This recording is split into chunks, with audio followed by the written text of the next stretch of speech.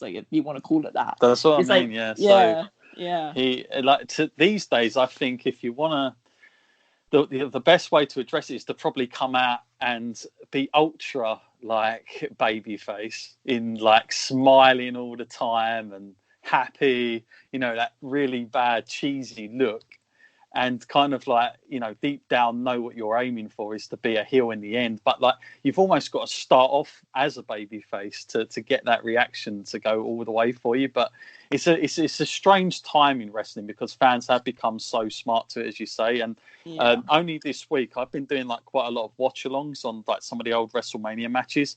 And my goodness, the difference in the reactions and everything. Like I did Warrior Hogan and I done Hogan King Kong Bundy match, and I tell you, everybody that was there at that show, they weren't sitting there kind of like, oh, this is going to happen next, or he should do. It was, everyone was into what they were just watching. It was a totally different time. But I think just the way, in a way, it's kind of WWE's own fault in a way because they've educated people differently, and that whole, I mean, if you're somebody, for instance, that watches Total Divas and then you watch them on the show, they're kind of telling you that real life is Total Divas, and what you're seeing on the show, kind of, they're just playing that. They're not the characters anymore, and it's kind of a shame because they're never 100% committed to it. Or you might see a photo, like various photos on Instagram of somebody's just had like an altercation in the ring. 5 minutes later, they're doing a selfie backstage with each other and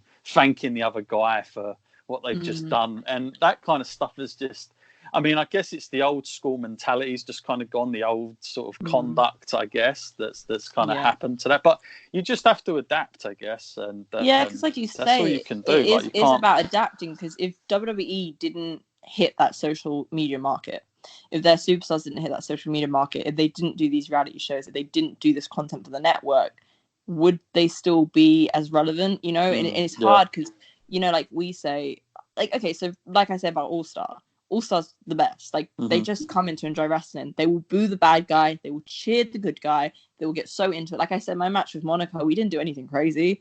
We had a good match. We worked really hard out there.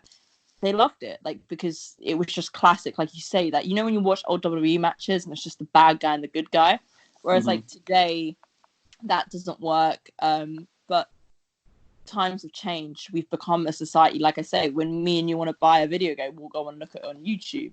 When was that ever the case? Never. But that's just what the world's come to today. So if you want to survive, you have to keep up with it. And I think they are clever in the way that they kind of use it to their advantage. Like, they got Roman Reigns to where he is now from playing off the fact that the internet didn't want him. CM Punk said, this guy is the one that WWE are pushing. And so obviously the internet are like, oh my God, no, they're pushing him. We don't want him. And WWE are like, here you go, have him. And then he just got this nuclear reaction. They put him against Taker, nuclear reaction, And it's like, I think they're clever because they knew, you can't do this the way it was. As much as like you and I, like, we're wrestling fans, we love that wouldn't have worked today. People are too clever to it, so let's give them what they want and make them think they know everything, and like they've kind of worked it to their advantage, which I mean I appreciate. So yeah, it's a difficult one because times have changed and you can either keep up with it or I guess kind of disappear.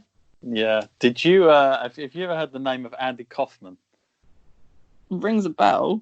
He have you ever seen the film Man on the Moon with Jim Carrey played it, and there was actually a recent documentary about it on Netflix recently, that when he took the role.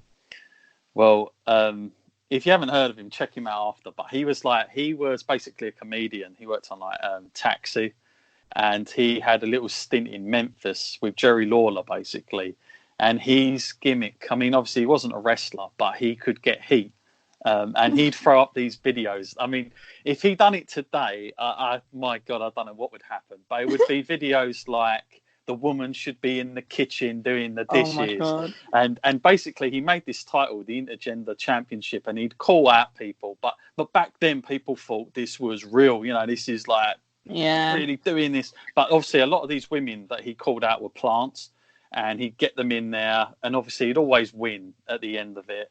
And it just boiled down to this big match between him and Jerry Lawler. It was one of the sort of biggest things in the late 70s between him and Kaufman. I think they had like a few they were on like the Letterman show. They did some angles on that, and people just, because it was so blurred lines, they just didn't know if this was real or not. And but I was just thinking, when you was talking about how PC everything was, I was thinking, if he was around today and somebody tried that, oh my goodness, I can't imagine what would happen. But no, but so you know, you say that All Star, I had this mixed tag match, and we like. That's another match I'm so proud of, because we really we got the crowd up, they loved it. They were laughing and crying, honestly, they just, because it had so much comedy in it, and it was brilliant.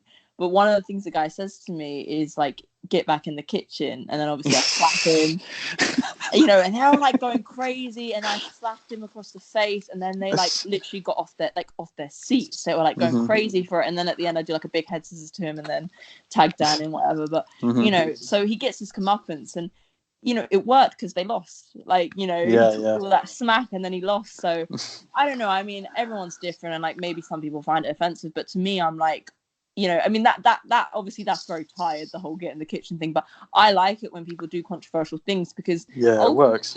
Whether it be next week on Raw or 2 months on WrestleMania or 8 months at Survivor Series, they will ultimately get the comeuppance.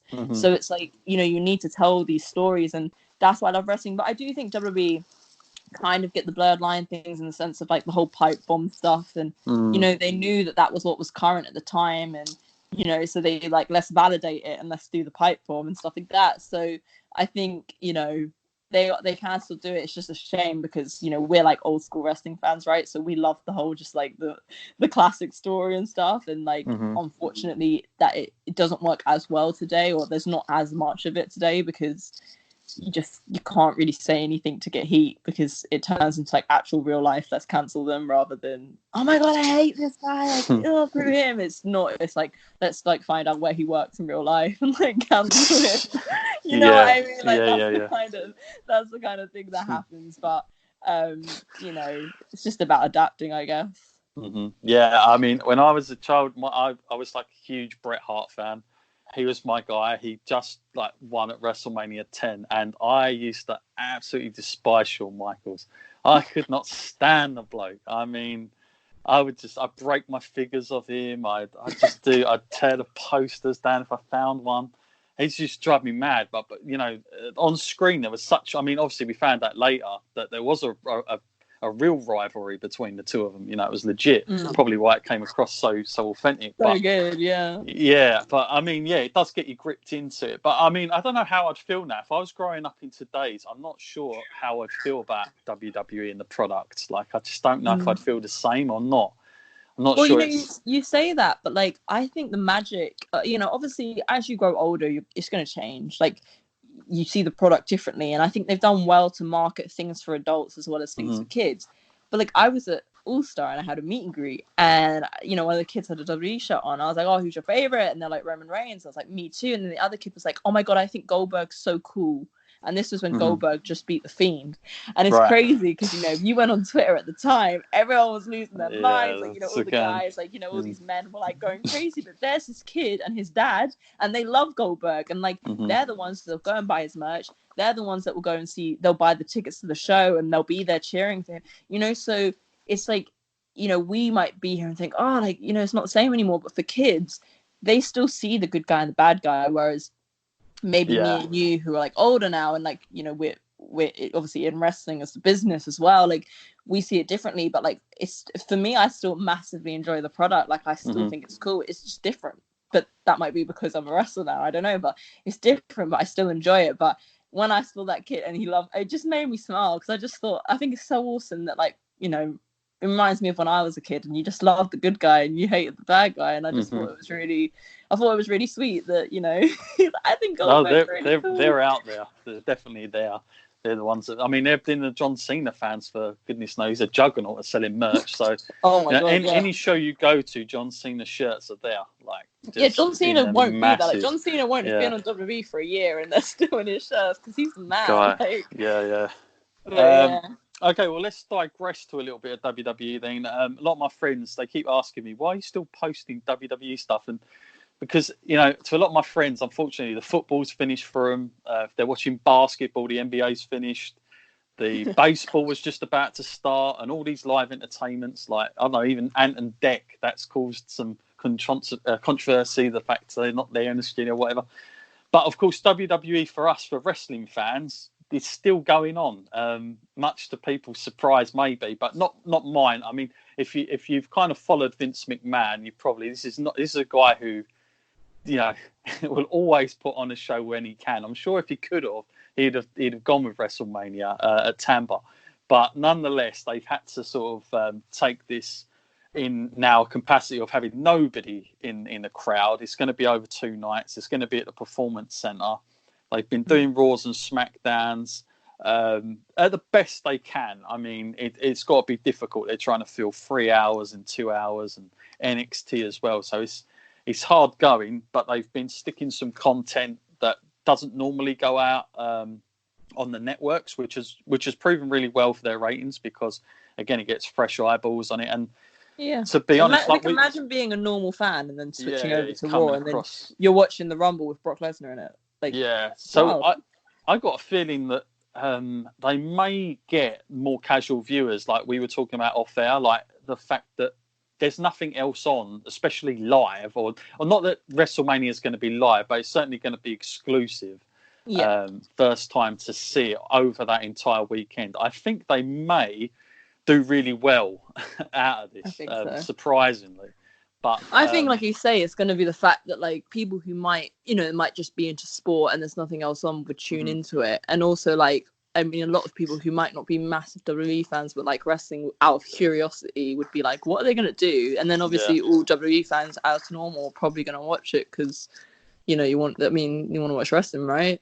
Yeah. So, yeah. One of the strange things, obviously, we all kind of know it's been taped before this, and I can't imagine the sort of lengths they've gone to keep some of this stuff under wraps. And from what I gather, I was thinking that. From what I hear, the leaks that you might have heard of. Don't tell me any spoilers though. No, there's no spoilers, because I was going to say I haven't seen anything. No, I'm not gonna spoil. But those leaks that are out there, by all accounts, have been planted purposely, because they may have shot a lot of different versions. So that might be WWE doing that themselves, which is probably a good idea. If I was them, I'd be doing the same thing, because your audience, and the wrestling audience is just rumors, like just unbelievable. Like, that's all they talk about. So obviously, knowing that it's taped, they know that stuff is gonna, somebody somewhere is gonna be making something up. So apparently they put these little things out there that are purposely put out there, if I should say. But I think thus far they're doing a good job. I mean, I'm surprised. The only thing for me, I don't know what you think about it, but I think just the emptiness is gonna hit me. Not having that crowd. I know that Triple H came out and said, well, this is gonna keep everybody. You're not gonna be in the same mindset. But I thought, well, hopefully they don't show empty chairs then, because as soon as you see that, that's the first thing you think of, not the last.